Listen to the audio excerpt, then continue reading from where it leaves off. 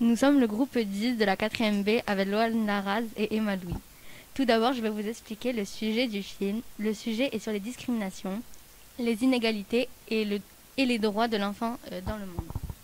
C'est un film appelé Sur les chemins de l'école, fait par Pascal Plisson en 2013. Ce film raconte l'histoire de 4 enfants dans le monde, avec des histoires parallèles sur les difficultés qu'ils rencontrent pour aller à l'école. Nous avions choisi comme personnage Samuel, garçon de 13 ans qui vit en Inde, dans une famille très pauvre, du golfe du Bengale. Il est handicapé et se déplace en fauteuil roulant, que ses frères poussent pendant 4 km, plus d'une heure, pour l'amener à l'école. Samuel nous explique à la fin du film que normalement les enfants handicapés comme lui ne vont pas à l'école. Il est dans une famille très pauvre et ne peuvent pas payer ses études. Sa différence et sa pauvreté causent des discriminations et des inégalités pour aller à l'école.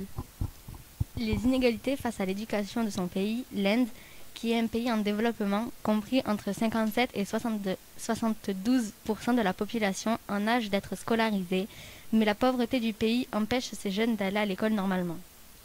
Ces inégalités sont dues à ce que certains enfants n'ont pas le droit à l'éducation car leur handicap, leur pauvreté et leur sexe leur en empêchent. Par exemple, dans le film, Zahra est une fille de 12 ans qui vit au Maroc et qui est victime de discrimination face à l'école. Dans le monde, 100 enfants non scolarisés ou déscolarisés, 58,4% sont des filles. Ces filles n'ont pas accès à l'éducation simplement en raison de leur sexe et du rôle qui leur est assigné. Elles sont confrontées dès leur plus jeune âge à de nombreuses situations qui les éloignent petit à petit de l'école et de leur éducation.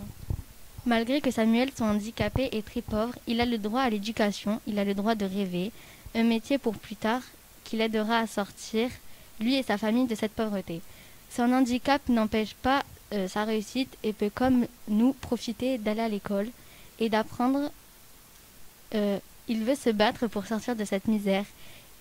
Il ne peut pas être discriminé pour son handicap qu'il n'a pas choisi.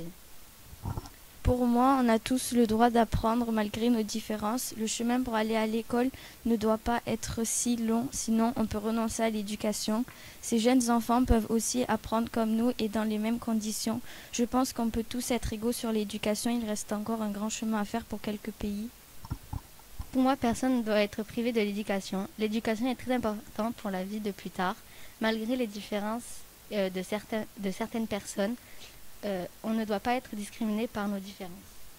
Peu importe les différences culturelles, sexuelles, handicap, on a tous le droit d'avoir envie d'accéder au savoir et d'avoir de meilleures conditions de vie. Aller à l'école ne doit pas être un véritable périple.